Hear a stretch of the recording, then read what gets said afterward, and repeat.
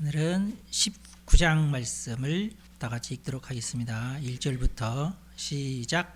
저녁 때에 그 두 천사가 소돔에 이르니 마침 롯이 소돔 성문에 앉아 있다가 그들을 보고 일어나 영접하고 땅에 엎드려 절하며 이르되 내 주여 돌이켜 종의 집으로 들어와 발을 씻고 주무시고 일찍이 일어나 갈 길을 가소서. 그들이 이르되 아니라 우리가 거리에서 밤을 새우리라. 롯이 간청하매 그제서야 돌이켜 그 집으로 들어오는지라. 롯이 그들을 위하여 식탁을 베풀고 무교병을 구우니 그들이 먹으니라. 그들이 눕기 전에 그 성 사람 곧 소돔 백성들이 노소를 막론하고 원근에서 다 모여 그 집을 에워싸고 롯을 부르고 그에게 이르되 오늘 밤에 내게 온 사람들이 어디 있느냐 이끌어내라. 우리가 그들을 상관하리라. 롯이 문 밖에 무리에게로 나가서 뒤로 문을 닫고 이르되 청하노니 내 형제들아 이런 악을 행하지 말라. 내게 남자를 가까이 하지 아니한 두 딸이 있노라. 청하건대 내가 그들을 너희에게로 이끌어내리니 너희 눈에 좋을 대로 그들에게 행하고 이 사람들은 내 집에 들어왔은즉 이 사람들에게는 아무 일도 저지르지 말라. 그들이 이르되 너는 물러나라. 또 이르되 이자가 들어와서 거류하면서 우리의 법관이 되려 하는도다. 이제 우리가 그들보다 너를 더 헤아리라 하고 롯을 밀치며 가까이 가서 그 문을 부수려고 하는지라. 그 사람들이 손을 내밀어 롯을 집으로 끌어들이고 문을 닫고 문 밖에 무리를 대소를 막론하고 그 눈을 어둡게 하니 그들이 문을 찾느라고 헤매었더라. 그 사람들이 롯에게 이르되 이 외에 내게 속한 자가 또 있느냐. 내 사위나 자녀나 성 중에 내게 속한 자들을 다 성 밖으로 이끌어내라. 그들에 대한 부르짖음이 여호와 앞에 크므로 여호와께서 이곳을 멸하시려고 우리를 보내셨나니 우리가 멸하리라. 롯이 나가서 그 딸들과 결혼할 사위들에게 말하여 이르기를 여호와께서 이 성을 멸하실 터이니 너희는 일어나 이곳에서 떠나라 하되 그의 사위들은 농담으로 여겼더라. 동틀 때에 천사가 롯을 재촉하여 이르되 일어나 여기 있는 내 아내와 두 딸을 이끌어내라. 이 성의 죄악 중에 함께 멸망할까 하노라. 그러나 롯이 지체하매 그 사람들이 롯의 손과 그 아내의 손과 두 딸의 손을 잡아 인도하여 성 밖에 두니 여호와께서 그에게 자비를 더하심이었더라. 그 사람들이 그들을 밖으로 이끌어낸 후에 이르되 도망하여 생명을 보존하라. 돌아보거나 들에 머물지 말고 산으로 도망하여 멸망함을 면하라. 롯이 그들에게 이르되 내 주여 그리 마옵소서. 주의 종이 주께 은혜를 입었고 주께서 큰 인자를 내게 베푸사 내 생명을 구원하시오나 내가 도망하여 산에까지 갈 수 없나이다. 두렵건대 재앙을 만나 죽을까 하나이다. 보소서 저 성읍은 도망하기에 가깝고 작기도 하오니 나를 그곳으로 도망하게 하소서. 이는 작은 성읍이 아니니까 내 생명이 보존되리이다. 그가 그에게 이르되 내가 이 일에도 내 소원을 들었은즉 네가 말하는 그 성읍을 멸하지 아니하리니 그리로 속히 도망하라. 내가 거기 이르기까지는 내가 아무 일도 행할 수 없노라 하였더라. 그러므로 그 성읍 이름을 소알이라 불렀더라. 롯이 소알에 들어갈 때에 해가 돋았더라. 여호와께서 하늘 곧 여호와께로부터 유황과 불을 소돔과 고모라에 비같이 내리사 그 성들과 온 들과 성에 거주하는 모든 백성과 땅에 난 것을 다 엎어 멸하셨더라. 롯의 아내는 뒤를 돌아보았으므로 소금 기둥이 되었더라. 아브라함이 그 아침에 일찍이 일어나 여호와 앞에 서 있던 곳에 이르러 소돔과 고모라와 그 온 지역을 향하여 눈을 들어 연기가 옹기 가마의 연기같이 치솟음을 보았더라. 하나님이 그 지역의 성을 멸하실 때, 곧 롯이 거주하는 성을 엎으실 때에 하나님이 아브라함을 생각하사 롯을 그 엎으시는 중에서 내보내셨더라. 롯이 소알에 거주하기를 두려워하여 두 딸과 함께 소알에서 나와 산에 올라가 거주하되 그 두 딸과 함께 굴에 거주하였더니 큰딸이 작은딸에게 이르되 우리의 아버지는 늙으셨고 온 세상에 도리를 따라 우리의 배필될 사람이 이 땅에는 없으니 우리가 우리 아버지에게 술을 마시게 하고 동침하여 우리 아버지로 말미암아 후손을 이어가자 하고 그 밤에 그들이 아버지에게 술을 마시게 하고 큰딸이 들어가서 그 아버지와 동침하니라. 그러나 그 아버지는 그 딸이 눕고 일어나는 것을 깨닫지 못하였더라. 이튿날 큰딸이 작은딸에게 이르되 어제 밤에는 내가 우리 아버지와 동침하였으니 오늘 밤에도 우리가 아버지에게 술을 마시게 하고 내가 들어가 동침하고 우리가 아버지로 말미암아 후손을 이어가자 하고 그 밤에도 그들이 아버지에게 술을 마시게 하고 작은 딸이 일어나 아버지와 동침하니라. 그러나 아버지는 그 딸이 눕고 일어나는 것을 깨닫지 못하였더라. 롯의 두 딸이 아버지로 말미암아 임신하고 큰 딸은 아들을 낳아 이름을 모압이라 하였으니 오늘날 모압의 조상이요 작은 딸도 아들을 낳아 이름을 베남이라 하였으니 오늘날 암몬 자손의 조상이었더라. 아멘.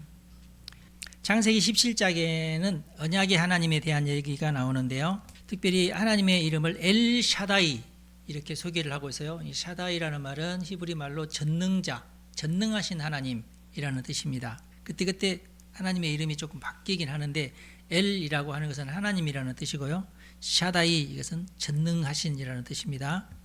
17장도 네 가지 단락이 있는데 1절부터 8절까지가 이름을 변경하시는 하나님, 그리고 다산을 약속해 주시고 9절에서 14절까지는 언약의 표징으로서의 할례 규례에 관한 얘기가 나오고 15절에서 22절까지는 사라의 이름도 변경해 주십니다. 그러면서 이삭 탄생을 예고하고 23절에서 27절까지는 아브라함 집안의 즉각적인 순종에 관한 얘기, 그러니까 할례에 대한 순종 이야기가 나옵니다. 아브람에서 아브라함으로, 이것은 존귀한 아버지라는 아브람에서 열국의 아버지 아브라함으로, 사레에서 사라로, 나의 공주라는 뜻이에요. 사레가. 그런데 열국의 어머니로 사라로 바뀝니다. 존재와 사명의 재조명, 정체성 변화, 드디어 이제 정체성이 이제 변화를 받게 되는 거예요. 왜 이렇게 하셨느냐? 우리가 지난주에 알게 됐지만은 아브람이 그렇게 하나님 앞에 뭐 완벽하거나 그러진 않아요. 실수가 많아요. 오늘 배우는 것 중에도 여러 실수가 또 나오긴 하는데, 그래서 하나님이 아브라함이 변할 수 있는 환경이나 그런 경험들을 통하여서 아브라함이 점점 변해가는 것을 기다리시는 하나님으로 나타나죠. 지난주에는 하갈을 통해서 인간적인 어떤 시도를 하잖아요. 그러나 그것이 이제 무산이 되고, 그렇지만 하나님은 그것도 이제 수습을 해 주시고, 그러면서 아브라함과 하레가 점점 이제 좋아지도록, 잘 안 좋아지니까 오늘은 이름까지 바꿔가면서, 사람은 약간의 그 이벤트도 필요한 것 같아요. 뭔가 사건이 필요합니다. 하나님으로부터 시작하는 어떤 사건이 필요해요. 그러면서 조금씩 변하는 거예요. 이때의 나이가, 아브라함의 나이가 99세예요. 와. 지금 이제 이삭이 태어날 때의 나이는 100세거든요. 그럼 1년입니다. 근데 1년 안에 17, 18, 19, 20. 좀 이상하죠? 다른 장 같으면은 한 1장에서 2장으로 넘어갈 때 막 몇십 년 이렇게 되는데, 이거 1년밖에 안 됐는데 벌써 장수로 4장이나 소모를 했어요. 네, 그래서 이것은 우리가 생각할 때도 상식적이지 않죠. 어떤 연대순이 아니에요, 이것은. 그러니까 오늘 우리가 읽게 될 17, 18, 19, 20은 연대순으로 생각하면 안 되고, 그동안 다루지 못했던 사건들을 이삭이 태어나기 전에 다 다루어 버리려고 하는 부록 형식으로 생각하시면 돼요. 순서는 우리가 몰라도 돼요. 그냥 의미로 학자들은 이것을 시간 순서가 아니라 신학적인 순서다, 이렇게 표현을 합니다. 별로 와닿지 않는 느낌 표정들이 다들, 무슨 순서가, 시간 순서가 있고 신학적인 순서가 있느냐. 근데 여러분 그 학과목이라고 생각해 봅시다. 국어를 여러분들이 배울 때에 역사적인 순서대로 국어를 배우나요? 아니고 장르 순서대로 배우잖아요. 그런 식으로 생각하시면 돼요. 예. 지금 이 창세기는 분명히 어떤 그 시간에 대한 순서가 분명히 있는데 지금 17장에서 20장까지는 그런 시간적인 나열이 아니라 어떤 신학적인 나열이다.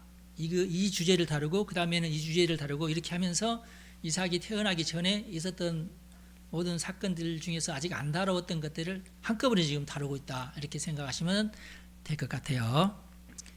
억지로 막 고개를 끄덕이시는 분도 있고 그러시는데 감사합니다. 자, 그 다음에 이제 9절에서 14절까지는 할례 규정이 나옵니다. 유대인들은 지금도 마찬가지예요. 8일이 되면 태어난 지 8일이 되는 남자들은 할례를 합니다. 왜 하필 8일이냐?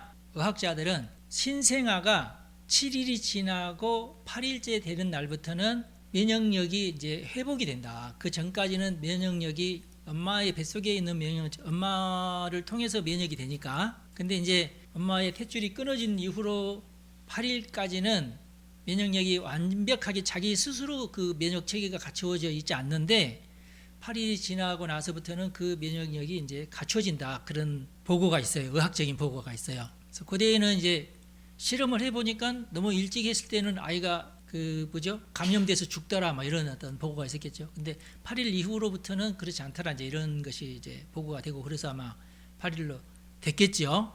그렇지만은 하여튼 할례를 행하라. 그래서 유대인들은 그러면 우리가 8일째 되는 날 할례를 하는 게 좋겠다. 이렇게 해서 8일로 정한 겁니다. 근데 이제 영적인, 신학적인 이유도 있어요. 하나님이 세상을 창조하실 때는 7일 동안 창조를 하셨죠.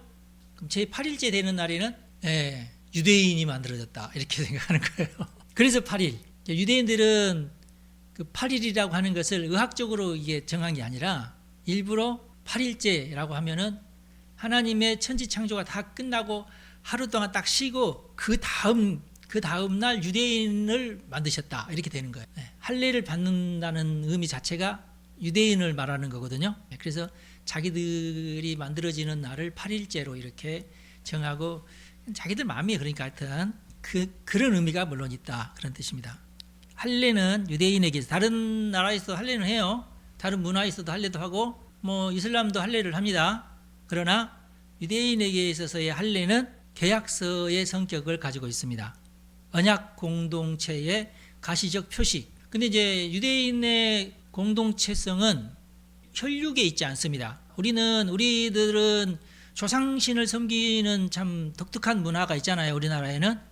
그러면 이 씨가 절대 김 씨 조상에게 절하거나 그러지 않아요. 며느리라 모를까, 그렇죠? 그래서 우리는 분명하게 혈통 이것을 중요하게 여기는데 유대인들은 혈통을 중요하게 여기지 않아요. 뭘 중요하게 여기느냐? 할례를 받느냐 안 받느냐예요. 하나님을 믿으면서 나는 하나님의 자녀라고 하는 신앙 고백이 있으면 그때부터 그 사람은 유대인인 거예요. 유대인의 어떤 정체성은 어떤 혈통에 있지 않다. 독특하죠. 우리 한국 사람들은 그랬어? 그럼 좀 이상하죠. 근데 혈통이 우리 정체성이라고 해도 그것도 이상한 거야. 내가 김씨잖아요. 근데 내 조상 가운데는 어머니 쪽은 김씨도 있고 박씨도 있고 이씨도 있고 조씨도 있고 온갖 성씨가 다 들어있을 거 아니야. 그렇죠? 그러면 정말 내가 김씨예요? 그리고 내 피가 만들어진 것은 사실 엄마 속이잖아요. 하여튼 그 두 성씨가 합해져 가지고 한 성씨가 된 거 아니에요. 그렇죠? 그럼 어떻게 보면은 이건 김씨가 아니라 사실 김씨는 수많은 씨 중에서 딱 하나밖에 아니니까 김씨의 비율이 제일 작은 거 아닌가? 그러니까 이 혈통이라는 것도 상당히 이상해요. 근데 또 유전적으로 보면은 김씨는 또 김씨의 특성이 있고 송씨는 송씨의 특징이 있고 그래요. 또 사실 또 그래요. 왜 그럴까요? 혈통이 아니라면서. 결국은 문화다 그런 뜻이죠. 가르침의 전승. 우리 집안에는 이렇게 해야 된다는 어떤 그런 전승이 있잖아요. 그것이 그 아버지의 전승이 그 자녀에게 그 자녀도 그 아버지가 받은 대로 그대로 그 자녀에게 이렇게 물려준다는 거죠. 그러니까 전승, 전통을 물려주는 거지 혈액을 물려주는 건 아니다. 이렇게 볼 수 있죠. 그렇게 보면은 이스라엘 사람들 유대인들의 전승이 맞죠. 유대인들은 무엇 때문에 유대인이에요? 성경을 믿고 하나님을 믿어서 유대인이에요. 오늘부터 유대인 되고 싶으신 분 할례를 하고 유대인 회당 찾아가면 돼요. 그러면 유대인인 거야 그때부터. 이게 우리 기독교인들에게도 그대로 적용됩니다. 우리가 우리 주 예수 그리스도를 우리의 주로 고백하기만 하면 그때부터 우리는 하나님의 자녀, 영적인 자녀, 하나님의 백성이 되는 거예요. 할렐루야. 근데 예를 들어서 이제 성경 안 믿고 교회 안 다니고 그럼 그 사람은 이제 버려진 자식이 되겠죠. 그래서 여러분들의 정체성, 그래서 이 할례가 뭘 의미하느냐? 그 언약 공동체라는 정체성을 의미합니다. 그럼 왜 하필 할례냐? 생명의 근원이라고 생각을 했어요, 사람들이. 남성의 성기를 생명의 근원이라고 생각을 했어요. 그래서 거기에 표시를 한다. 일종의 계약서에 도장을 찍어주는 어떤 효과로 생각하면 된다. 요즘에는 우리나라에도 아이들에게 우리는 할례라고 하지 않고 포경수술이라고 합니다. 왜 포경인지는 아무도 설명을 못 하더라고. 포경은 고래잡이를 말하는 거거든요. 예. 어떻게 우리나라에서는 할례를 고래잡이라고 생각했는지는 이건 그냥 그 문헌도 없고 그냥 속설로 그렇게 만들어져서 우리는 그냥 포경수술이라고 하는데, 그럼 다들 알아먹죠? 못 알아들으신 분 있나? 우리 성주가 포경수술 했나요? 포경수술은 그럼 의학적인 어떤 유익이 있냐? 없어요. 전 세계적으로 조사를 해봤더니 한국 사람은 열심히 포경수술을 하더라. 한국 사람은 그럼 왜 포경수술? 미군들 때문에 그런다. 미군들은 감염을 예방하기 위해서 포경수술을 한다고 그래요. 그래서 남자들은 깨끗하게 감염을 예방하려면 포경수술을 해야 되는구나. 그렇게 우리나라 민족 가운데 이게 이제 각인이 되다 보니까 엄마들은 내 아들이 혹시라도 감염될지 모른다 해서 미리 포경수술을 해준다는 거야, 우리나라 사람들은. 근데 의학적으로 조사를 해봤더니 전혀 상관이 없습니다. 그러면 포경수술은 왜 하느냐? 종교적인 이유 때문에 하는 거고요. 그 다음에 포경수술을 하지 않으면 안 되는 기형이 있어요. 기형들은 포경수술을 해야 돼요. 안 그러면 본인이 많이 고통스럽고 또 의학적으로도 굉장히 취약하고 그렇기 때문에 포경수술을 해야 됩니다. 원래는 정상적으로는 모든 남자가 자연 포경이 되는 거예요. 원래 그렇습니다. 나이가 되면 한 15세, 16세, 뭐 각자의 이제 그 발육 상태에 따라 틀리겠지만은 그 정도가 되면은 자연 포경이 돼요. 아셨죠? 내가 이런 의학적인 설명까지 해야 될지 어쩔지는 모르겠지만 그렇습니다. 안 하셔도 아무 이상이 없다. 단지 성경에서 얘기하는 것은 표식을 위해서, 신앙 고백을 위해서, 공동체의 어떤 정체성을 위해서 했다는 것. 그 다음에 15절부터 24절까지의 말씀은 사라의 이름이 변경됐다. 사레에서 사라로. 사레보다는 아무래도 사라가 더 좋죠. 어감상. 사레 하면은 약간 좀 촌스러운 느낌이 들고, 사라 하면은 좀 이름이다 하는 느낌이 들잖아요. 나만 그런가? 하여튼. 그리고 이삭의 탄생을 예고합니다. 이삭이 뭐냐? 웃었다는 뜻입니다. 해필이면 하나님께서 그렇게 말씀을 하실 때에 아브라함이 웃었어요. 나가 지금 99세입니다, 하나님. 하면서 웃었어요. 그래? 그러면은 네 아들 이름을 이삭이라고 해라. 웃음이라고 해라. 그 뜻입니다. 나중에 사레도 웃었어요. 네, 천사 앞에서 웃었어요. 그래서 천사도 네가 아들을 낳을 건데 사라라고 해라. 그런 얘기가 나오죠. 아브라함은 이제 하나님 이제 거짓말 그만하시고요. 그만 지금 그때 당시 한 13살 이스마엘이나 하나님 앞에서 복 받기를 원합니다. 아니다. 이스마엘도 복을 받겠지만은 진짜 네 아들은 이삭이다. 이렇게 말씀을 하시죠. 이스마엘도 할례 받고 다 그랬어요. 그렇지만은 그도 한 민족을 이루겠지만 약속의 자녀는 이삭이다. 그랬어요. 하나님은 이 약속의 자녀의 무게를 많이 두시고, 그러면 왜 하나님은 이렇게 99세가 되도록 하나님이 기다리신 거예요? 네. 이것은 아브라함이 아무런 믿음도 없고 아무런 기대도 없을 때를 기다리신 거예요. 하나님께서 왜 그러실 필요가 뭐가 있을까요? 여러분 생각해봐도 좀 이상하죠? 그럴 필요가 뭐 있나?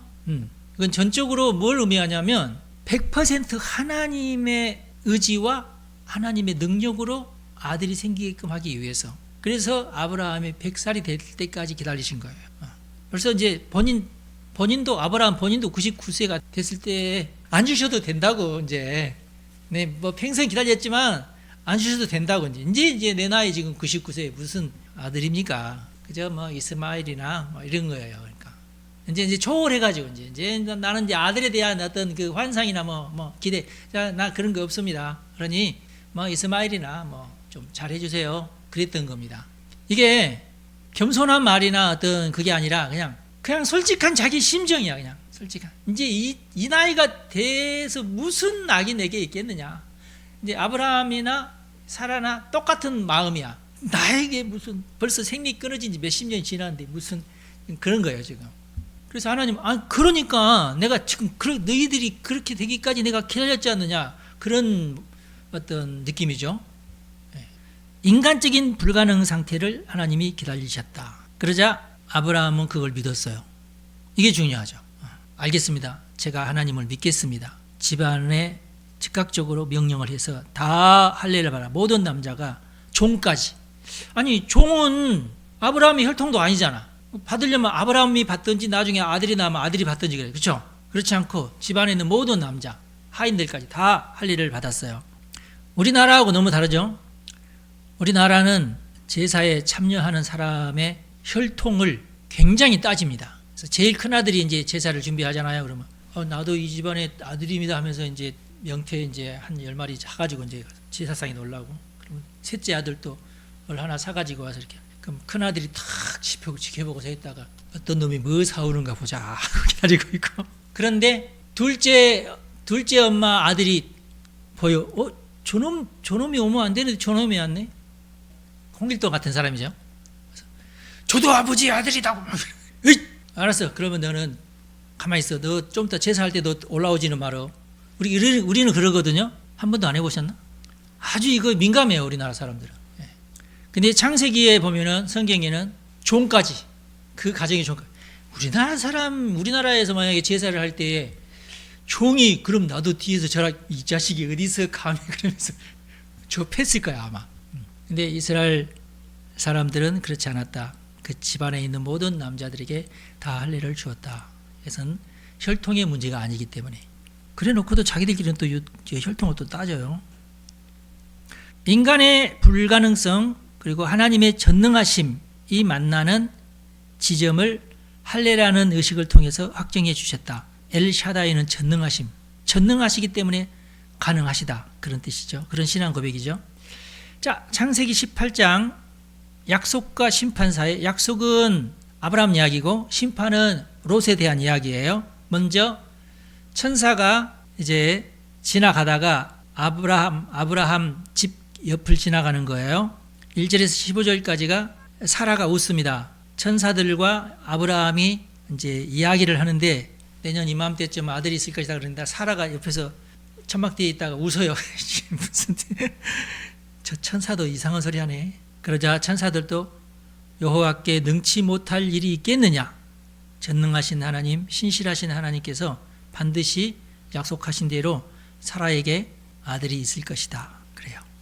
천사의 방문이에요. 근데 새 천사가 등장을 하는데 13절이 보면 이렇게 나와요. 여호와께서 아브라함에게 이르시되, 그리고 여호와께 능치 못할 일이 있겠느냐 그랬어요. 천사가 분명히 얘기하잖아, 아브라함과. 그런데 여호와께서 아브라함에게 이르시되 이렇게 돼요. 무슨 뜻일까요? 하나님이 보내셨기 때문에 그럴까요? 여러분들도 천사를 만나시기 바랍니다. 그 다음에 16절에서 21절까지의 말씀은 소돔 심판을 선언합니다. 내가 다른 사람이 아니라 아브라함이니까 너에게만큼은 하나님의 계획을 알려주겠다. 예언입니다. 그래서 아브라함이 예언자가 되는 겁니다. 하나님께서 자신의 계획을 아브라함과 공유하십니다. 그러나 우리 하나님은 공의로우신 하나님이기 때문에 현장에 조사관을 특파합니다. 천사들을. 그래서 다 조사한 이후에 너네 눈으로 보고 확증을 한 이후에 그 성을 멸하라. 이런 사명을 가지고 이제 소돔과 고모라에 가게 되는 겁니다. 거기에서 의인과 악인이 얼마나 있는가 봐라. 그랬더니 거기서 발견하는 의인은 롯 한 사람밖에 없었다. 그러면 롯 한 사람만 구해야 되는데 롯 한 사람만 구하자니 롯이 너무 불쌍하니까 네가 데리고 나갈 수 있는 다 데리고 나가라. 그래서 사위까지 데리고 나가려고 하는데 사위들은 무슨 농담, 자기네들은 사위 될 사람이죠. 자기네들은 무슨 그런 됐어요. 니비둬요. 하니까 할 수 없이 자기 말을 듣는 아내와 두 딸만 데리고 도망가게 되죠. 그래서 롯이 의인은 아닌 것 같은데 그 어머니나 두 딸도 의인은 아닌 것 같은데 하여튼 그러나 롯을 위해서 세 사람을 딸려서 내보냅니다. 한 사람은 또 실패하죠. 그러면 아브라함은 누구냐? 하나님의 공의에 참여하는 자입니다. 자, 제가 여러분에게 계속 미국과 이란의 전쟁을 놓고 함께 기도합시다 하는 것은 뭐냐면, 여러분들이 그 공의에, 하나님의 공의에 참여하는 자가 되어야 하니까 그러는 거예요. 아유, 뭐 목사님, 나는 내 살 일도 지금 급박한데, 아유, 이 나라가 이념 전쟁하고 뭐 미국과 이란이 저렇게 시끌시끌하고 하는 것이 뭐 나 상관도 없는데, 그저 나는 하나님께서 복만 주시면 됩니다. 나는 그것만 기도하겠습니다. 그렇지 않아요. 성경에 보면은 창세기에서부터 그러잖아요. 세상의 공의에 여러분들이 책임자입니다. 왜냐? 하나님의 사람들이기 때문에. 세상의 공의를 집행하시는 분이 하나님이십니다. 그러니까 여러분들은 공의를 위해서 항상 기도하셔야 됩니다. 아셨죠? 아유, 저는 목사님, 제 식구들만 기도해도 몇십 분인데요. 제일 먼저 하나님의 공의를 먼저 기도하세요. 그러고 나서 우리 식구들 내 개인적인 어떤 기도를 하는 것입니다. 그렇게 하셔요. 중보의 책임이 우리에게 있습니다. 그 모범을 우리 아브라함이 보이고 있죠. 22절에서 33절까지의 말씀입니다. 하나님, 설마 하나님 소돔과 고모라에 의인 50명이 없을까요? 그런데 몇만 명 살고 있었겠죠. 그 의인 50명을 저 악한 자들과 동일하게 취급하시면 안 되지 않겠습니다. 공의로우신 하나님이신데 하나님께서 좋다. 50명만 있으면 내가 멸망하지 않겠다. 아유, 감사합니다. 책임 감당했으니까 가서 자야지. 가는 길에 생각하니까 만약에 40명만 없으면 큰일 나는데, 다시 돌아와서 하나님, 맨 처음에는 5명인가? 하여튼 5명이 부족한데도 그 5명 때문에 만약에 다 멸하신다면은 그것도 좀 억울하지 않겠어요? 좋다. 그렇게 해가지고 깎고 또 깎고 또 깎고 이렇게 해가지고 10명까지 깎았어요. 와, 이 아브라함이요, 하나님을 상대로 이렇게 그 딜을 하는 굉장히 그 딜에 아주 근데 결국 실패하잖아. 예. 온 땅의 재판장이신 하나님, 하나님께서 공의를 행하셔야지요. 의로운 자들을 멸망시키시는 하나님이 계셔야 되겠습니까? 좋다, 그래. 하면서 하나님이 흔쾌히 그 딜을 받아주죠. 하여튼 아브라함의 끈질긴 중보 기도를 하나님께서 다 기억하시고 롯을 살려주십니다. 한 명은 그래도 약간 어려운, 그러니까 하나님의 눈에 맞는 의로움이 아니라 그냥 아주 형편없는 죄인보다는 약간 의로운 그런 상황이라 그 사람을 하나님께서 살려주셨다. 그렇다면 우리가 중보 기도를 할 필요가 있죠. 많은 사람들이 하나님 제발 불쌍히 여겨주십시오 하면은 된다. 자, 근데 여기서 우리가 한 가지 또 이제 생각해야 할 건 뭐냐면, 천사들이 몸이 있어요. 천사들은 성경에 보면은 먹지도 않고 시집도 안 가고 장가도 안 가고 그런다 했잖아요. 근데 왜 아브라함과 같이 식사를 했던 사람들은 천사였을까요? 천사가 아니었을까요? 천사들도 종류가 많나? 종류가 많아요? 성경에 글이 써 있어요? 본인이 봤다고 이렇게 함부로 얘기하는 것 같아요. 제 집사람 증언에 의하면 키가 큰 천사가 있는데요, 2m가 넘던가요? 2m까지는 아니고 1m 50? 그러면 아주 작고 조금 크고 사람 키보다 약간 한 이 정도? 이 정도까지는 아니고 한 이 정도? 이 정도. 2m가 넘은 약 2m 10 정도, 농구 선수처럼 큰 그 정도까지는 아니고 그런 천사도 있대요. 본 사람도 있대요. 하여튼 있고 있는데 아주 요만한 천사도 있대요. 날개 달고 날아다니는 그 조그만 개 청소하는 천사 있답니다. 그래서 종조가 많이 있는데 그 천사 중에 먹는 천사 봤어요? 못 봤대요. 이제 창세기에는 음식을 먹는 천사가 나와요. 천사는 사실 먹어도 되고 안 먹어도 되는데 그럴 바에 안 먹지, 그죠? 근데 오늘 소개한 이 창세기의 천사는 먹어주는 천사가 됐어요. 자꾸 먹으라고 구원하니까 인사치레로 먹어주는 천사로 등장을 한다. 그러니까 천사는 꼭 먹어야 되는 존재는 아니고 먹어줄 수도 있는 그런 가능성도 있는 천사다, 이렇게 생각하시면 될 것 같아요. 아브라함은 한 번에 가족과 친척을 다 떠난 것이 아니지 않습니까? 롯 때문에. 왜 롯 때문에 롯을 데려갔어요? 롯의 부모가 없어가지고 고아가 되다 보니까 어쩔 수 없이, 그래서 하나님도 그래 그까지는 내가 봐주마 했는데 결국은 그가 나중에는 하나님을 떠나게 되더라. 그래도 아브라함 덕분에 그가 멸망은 면하고 아주 타락한 사람은 아니고 타락한 사람 속에 섞여서 사니까 완전히 의롭다고 볼 수도 없어요. 예. 그러나 점점 하나님을 떠나게 되더라. 그런 겁니다. 여러분 그렇게 신앙생활이 참 중요한 것 같아요. 헌신적인 신앙생활이 중요합니다. 대충 믿고 그러면은 복도 대충 받고 어중이 또중이가 됩니다. 하나님이 원하시는 성도는 온전한 성도. 지금 아브라함도 이렇게까지 오랜 시간에 걸쳐서 점점 성화 거룩한 삶을 살게 되는데 우리도 비슷하다. 결국에는 우리의 최종 종착점은 온전한 성도가 되는 것이다. 이렇게 볼 수 있어요. 오늘 우리가 읽었던 말씀은 소돔의 멸망과 롯의 구원, 1절에서 11절까지는 소돔 사람들의 악행에 대한 얘기, 동성애 및 폭력이 이 사람들의 주된 죄악입니다. 동성애가 심했어요. 천사들을 내놓으라 하는 것도 동성애 때문에 내놓으라 그런 겁니다. 소돔이라는 말이 동성애라는 뜻이에요. 순리를 거스르는 성적 타락을 말하죠. 지금 많은 반기독교 세력들 동성애를 이건 합법적인 거다 이렇게 합법화시키려고 많이 노력을 하고 있잖아요. 우리나라에도 지금 계속 그런 입법 활동이 일어나고 있잖아요. 아무도 동성애자 차별하지도 않고 동성애자들 지들끼리나 알아서 하라고 냅두지. 우리나라가 또 어떤 사람이 막 이태원 가가지고 이 동성애자다 뭐 그러지 않잖아요. 우리나라는 다른 나라하고 많이 달라요. 우리나라는 착해가지고 동성애자들을 이렇게 차별하거나 그들을 대놓고 그 사람들 앞에서 욕하거나 그러지 않아요. 다른 나라하고 달라요. 우리는. 그런데도 불구하고 우리나라에서는 동성애 입법이 필요 없는데도 불구하고 굳이 그걸 하려고 하죠. 그것은 기독교인들을 괴롭히기 위해서 그렇게 하는 거예요. 그리고 우리나라가요 너무 심하게 동성애자들 지금도 보호하고 있어요. 에이즈에 걸렸다고 신고가 되잖아요. 무조건 100% 무료로 치료를 해줍니다. 왜? 더 확산되는 것을 막기 위해서 어쩔 수 없이. 그리고 그 사람들이 이제 와서 부끄러워하면 안 되니까 전혀 부끄러워하지 않도록 해놓고 네가 평생 치료비를 우리가 다 대줄 테니까 와서 무조건 치료 받아라. 왜냐? 더 많이 확산되는 것을 막기 위해서 그렇게 한다. 말은 그러는데 좀 그렇죠. 그래서 동성애자들은 일부러 에이즈에 걸리게 행동을 한대요. 그래야 모든 것이 다 공짜니까. 나라가 참 이상하게 돌아갑니다. 그러면 왜 사람들이 동성애에 빠지느냐? 이거 이제 학자들이 많이 연구를 해봤어요.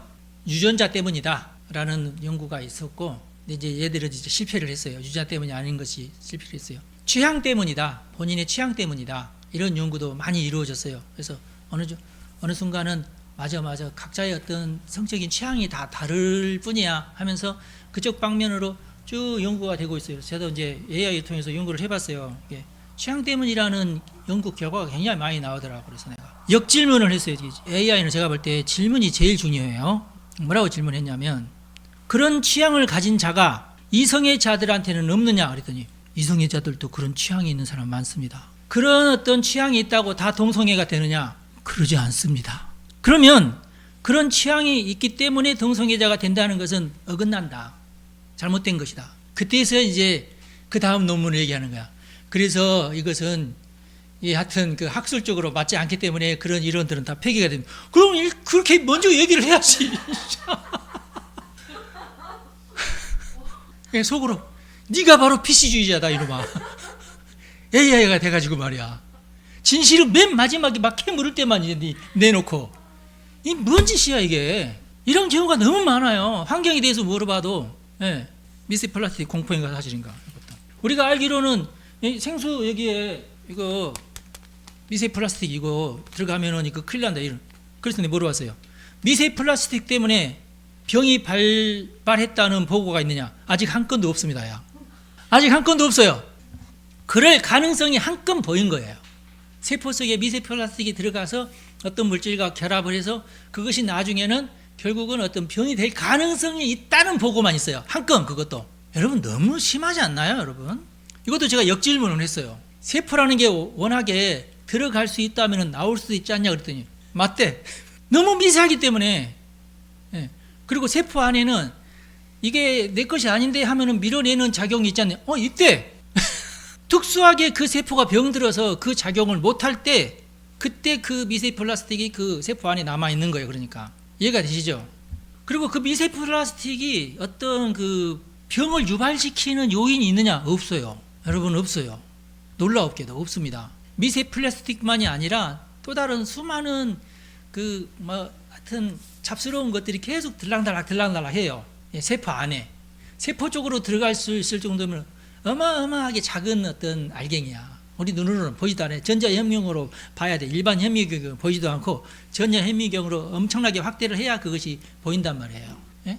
어떤 코비드 어떤 그 바이러스처럼. 여러분, 진짜 지금 우리나라에 전 세계적으로 이상한 지금 바람이 불어서 과학이나 이런 것들이 그 과학이라고도 할 수 없는 그냥 과학적인 어떤 실험으로 하면 사람들이 과학이라 머리 끄덕이게끔 하려고 너무나 엉뚱한 과학을 가지고 이 나쁜 짓을 많이 하는 거예요.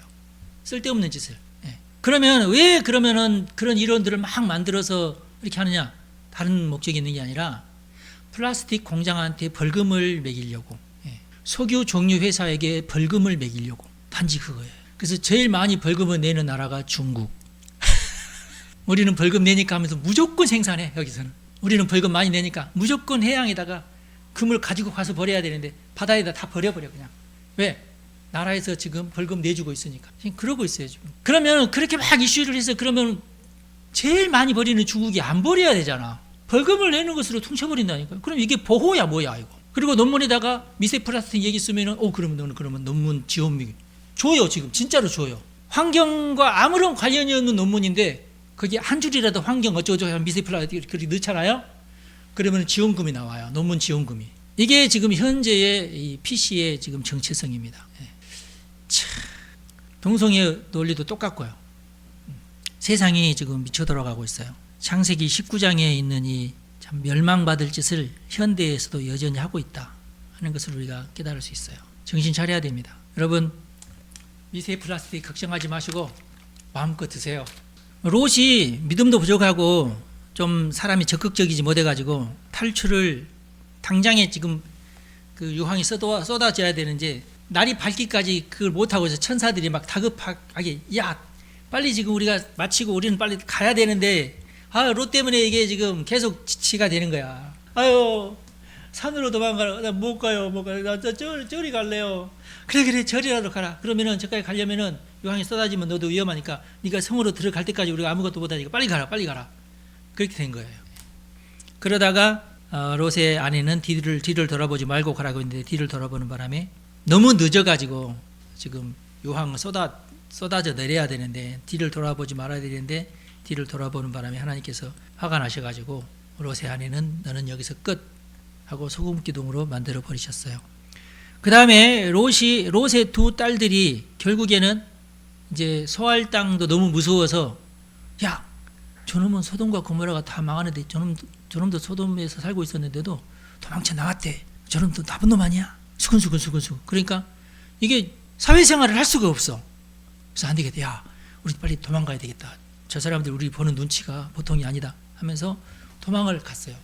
도망을 가가지고 다른 방법이 없으니까 두 딸이 또 이상한 계획을 세워가지고 그냥 거기서 죽었으면 되는데 모압과 암몬이 거기서 태어납니다. 성경은 혈통적 계보를 중요하게 여기지만 모압이나 암몬의 영토를 인정해주고 있어요. 그 다음에 롯이 아닌 룻을 통해 유다 족속의 가문도 있게 함을 통해 오직 믿음의 중요성을 일깨우고 있습니다. 그러면 굳이 성경에 롯의 두 딸에 대한 얘기는 안 나와도 돼요. 근데 왜 나왔냐? 룻 때문에 들어간 겁니다. 룻의 그 뿌리가 어디냐? 모압이거든요. 그 룻기 보면은 누구랑 결혼하죠? 보아스하고 결혼하는데 그 보아스의 손잡벌 되는 사람이 이세인가 그래요. 그래서 그 이세의 아들 중에 다윗이 나와요. 그러니까 결국은 그 예수 그리스도의 족보에 룻이 들어가죠. 그러다 보니까 모압이 들어가게 되는 겁니다. 그런데 어떻게 해서 그러면은 예수 그리스도의 족보에 모압 여인이 들어가느냐? 오직 믿음 때문에. 아셨죠? 오직 믿음. 성경은 혈통이 중요한 게 아니라 뭐가 중요하다? 믿음이 중요하다. 여리고에서 기생인데도 불구하고 라합이 예수님의 혈통에 들어간 것도 오직 믿음 때문이에요. 굉장히 중요하죠. 창세기 20장 똑같은 실패가 반복되고 있죠. 아브라함과 아비멜렉 이야기예요. 역사적 순서가 아니고 신학적 순서라고 말씀드렸죠. 아브라함이 사라를 누이라고 속이고 애굽에서 하던 짓을 또 하는 거예요. 아비멜렉이 사라를 취합니다. 솔직히 여러분 아브라함이 99세였으면 10살 아래에 있는 사라는 89세입니다. 누가 89세 할머니를 보고 아이고 이쁘다고 하면서 아내 삼고 싶겠어. 말이 안 되죠. 그래서 이것은 옛날 이야기지 99세 아브라함 때 이야기는 아니다는 것을 알 수 있죠. 그렇게 해서 아비멜렉이 사라를 취하는 바람에 하나님이 꿈으로 경고를 하십니다. 아비멜렉에게 하나님이 언약을 보호하신 모습이죠. 믿음의 사람이 반복된 실패를 하더라도 하나님이 그를 보호하십니다. 그리고 아브라함이 선지자로 등장하는 모습이 나와요. 어떻게? 아브라함이 아비멜렉 가문을 위해서 기도하니까 하나님께서 그 기도를 들으시고 그 가문의 저주를 풀어주십니다. 이게 예언자의 사명이에요. 예언자가 기도를 해주시면 하나님께서 그 기도를 들으시고 그 가정의 저주를 풀어주신다. 그럼 하나님은 어떻게 개입을 하셨냐? 이게 이제 이대로 놔두면 아브라함이든지 사라든지 이거 말이지 지 멋대로 하니까 하나님한테 물어보지도 않고 막 이렇게 하니까 하나님도 그러면은 이 경우에 쟤네들 포기하겠어. 하나님은 한번 마음 먹으신 분은 또 포기하지 않으신 분이니까 곧바로 아브라함과 사라를 갖다 놓고 매를 들고 해쳐 발걷어 하면서 때리시는 분이 아니시고 바로 아비멜렉을 때리셨어요. 아비멜렉이 뭔 죄야? 그렇죠. 근데 우리 하나님은 너무 편애가 많으시는 하나님이셔서 아브라함과 사리를 치시기 전에 아비멜렉이라고 하는 집안을 치십니다. 모든 태를 닫았다. 하루 만에 닫은 것은 아니겠죠? 출산할 때가 됐는데도 출산을 안 해. 이게 웬일이야 이거. 우리도 흔히 그런 게 있네. 예를 들어서 10개월 동이가 있고 11개월 동이가 있고 13개월 동이가 있고 이럴 수 있나요? 8삭둥이 7삭둥이는 있어도 13삭둥이 없죠 그런 거. 근데 그 얼마나 고통스럽게 해서 산모가 왜 나오지도 않고 계속 배는 풀려가고 이게 얼마나 고통스럽겠어. 그래서 이것을 가지고 야 이거 왜 이러냐 하나님께서 왜 사라를 취했느냐. 그래서 아비멜렉이 아브라함에게 항의를 합니다. 하나님께서 그렇게 약속을 하셨고 말이야. 그랬는데 나를 속이고 말이야. 동생이 아닌데 동생이라고 하고 자기 아내를 나한테 시집 보내다 이 나쁜 사람아 이게 어떻게 할 거냐고. 그래서 아브라함이 중보기도를 해주어서 그 가정의 문제가 다 해결이 되고 사라도 이제 다시 풀려나면서 예물까지 많이 받아가지고 왔다. 그런 내용이에요. 좀 너무하지 않나 이거? 그래놓고 아브라함은 또 선지자라고 돼요. 또 참. 그의 도덕적 결함에도 불구하고 하나님은 이방 왕을 위해서 아브라함이 기도할 때에 치유하시는 하나님이셨다. 우리가 이것을 보면서 뭘 느낄 수 있냐면 하나님이 끈질기신 분이시다. 만약 우리가 하나님이셨다면 나만 같아도 야야야야 아브라함 말고 여브라함 선택해야 되겠다. 안 되겠다. 그랬을 텐데 하나님 그렇게 하시지 않으시고 끝까지 아브라함 편에 서셔서 하나님이 한 번 결심한 약속을 그대로 이행하셨다. 누구를 위해서? 하나님 자신을 위해서가 아니라 온 인류의 구원을 위해서 약속의 아들 이삭을 위해서 그렇게 하셨다. 그러면은 이제 나도 이제 마음껏 이제 이미 여러분 구원 계획은 다 끝났어요. 이제 여러분들이 아브라함처럼 하면은 얻어 맞는 것이 우선이지 않을까 싶어요. 뭔 말인지 알겠죠? 이미 예수님이 십자가로서 구원은 완성됐어요. 더 이상 하나님께서 아쉬울 것이 없어 이제. 아셨죠? 아니 아브라함한테는 그래놓고 왜 나한테는 알아서 하세요. 알아서 하시는데 하나님도 절대 가만히 있지는 않을 겁니다. 괜히 내가 나서서 여러분들을 겁박할 필요가 없어요. 그러나 그렇지 않기를 간절히 바랍니다. 솔직히는 그렇지 않더라도 아브라함의 버금가는 잘못들을 성도들이 다 합니다. 그래도 하나님께서는 불쌍히 여기시고 또 용서해 주시고 회개합니다. 그러면 또 용서해 주시고 그렇게 하시는 거예요. 아이고 다행이다. 다행인데 우리 하나님 또 계산이 또 복잡하신 분이기 때문에 다 그것을 또 나의 삶에 또 적용을 시켜주세요. 하나님의 방법이 뭐라고요? 벌을 잘게 쪼개시는 이제 쪼개임 신공을 발휘를 하셔가지고 한꺼번에 탁 벌을 주시면은 내가 완전히 망하든지 병이 막 걸리든지 아니면 죽든지 그럴 때인데 그걸 막 쪼개십니다. 12개로 24개로 막 쪼개가지고 이렇게 장기 할부를 하는 거예요. 어떻게 여러분 선택하세요. 하나님 때리려면 한번 시게 한번 때리시고 암에 걸려서 한 달 동안 같은 고생하고 죽을 둥살둥 하다가 휴 하고 나서 다시 새롭게 시작하도록 해주세요. 뭐 그렇게 선택하든지 하나님과 딜을 하십시오. 아니면 한 3년 내가 고생을 하면서 이렇게 하면서 하는 걸 선택하더니 하나님이 선택을 미리 하셔요. 근데 여러분들이 우리 그 아브라함이 기도하면 또 다 들어주시잖아요. 그러니까 여러분들도 열심히 기도를 하셔서 딜을 하시기 바랍니다. 뭐가 더 좋을지. 예? 할부 안 한다고 성격대로 놓으세요. 하여튼 그렇습니다. 용서는 용서고 또 이제 벌금은 벌금이고 또 징계는 징계고 또 그러니까 그렇습니다. 여러분들도 생각을 해보세요. 무조건 기도하고 회개하면 무조건 다 용서해주고 어떤 그 할부나 이런 것도 없게 된다 그러면은 그럼 어떻게 되겠어요? 여러분들은 그게 오히려 부정이죠. 정의가 아니고 용서는 해주되 하나님의 자녀에서 떨어지는 것만큼은 내가 면해주겠는데 그러나 네가 받아야 될 여러 가지 저주는 네가 받아야 된다 그런 뜻입니다. 대신 이제 아브라함의 예를 들면 이렇습니다.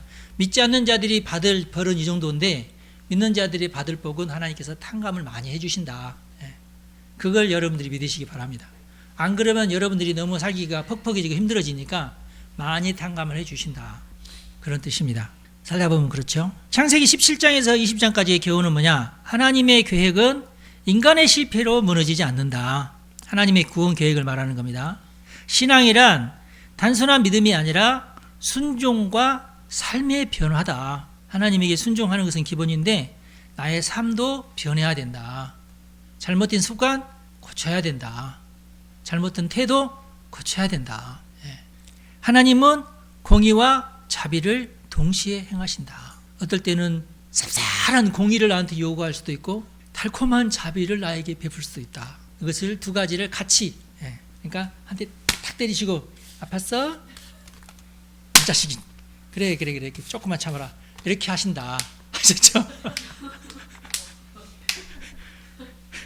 공의와 자비를 동시에 행하시는 분이 하나님이시다. 안 그러면 우리의 구원이 소멸되잖아. 이것도 하나님의 방법이시다.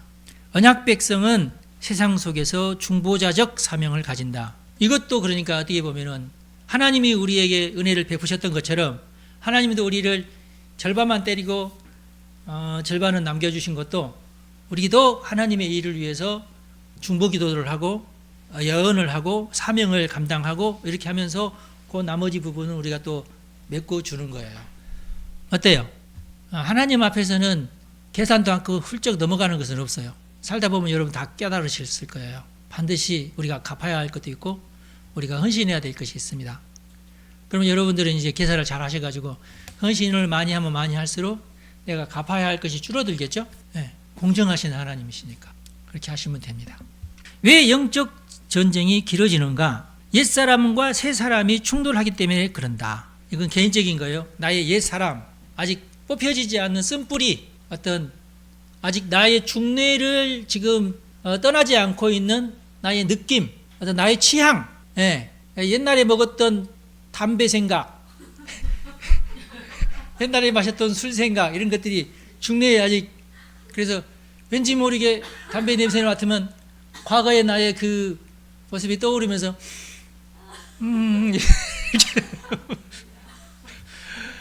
하여튼 그런 것들이 남아있을 수 있어요. 이 쓴뿌리들이 남아있을 수 있어요. 그런데 나의 이제 대뇌, 전두엽은 아니야, 저건 아니야. 그러면서 전두엽의 중뇌를 이제 어떤 그 유혹을 이겨낼 수 있을 때 내 속에서는 나의 옛사람과 새사람이 이제 충돌하는 지점이 분명히 있다. 여기에서 여러분들이 승리하셔야 됩니다. 할렐루야. 근데 이제 잘못된 믿음이 막 올라오면은 예를 들어서 내가 이렇게까지 헌신하고 이렇게까지 충성을 했는데 하나님 나한테 이럴 수 있어? 에라 모르겠다 하면서 더 이제 죄를 지어버리고 그러면은 거기에 쏘가 넘어가면 안 돼요. 영적 전쟁입니다. 힘내시기 바랍니다. 그리고 이 세상 자체가 하나님의 나라와 세상 질서의 어떤 싸움이다. 영적 전쟁이 내 안에서도 싸움이지만 국가적으로도 집안적으로도 어떤 지역적으로도 그런 싸움이 계속되고 있다. 여러분들 뭐 체감하시다시피 왜 우리는 이런 긴장 가운데 살아야 되느냐? 우리에게 무슨 믿음이 있어야 되느냐? 하나님은 약속을 받는 사람을 만드는 것이 아니라 약속을 믿는 사람을 만들기 위해서이다. 여러분들은 약속을 받는 사람이 되셨지만은 약속을 믿는 사람이 되시기를 바랍니다. 약속을 여기서 약속을 받는 사람이라고 하는 것은 하나님이 무조건 아브라함아 나하고 약속하자. 하나님 쪽에서 제안을 해서 알겠습니다. 순종을 했잖아요.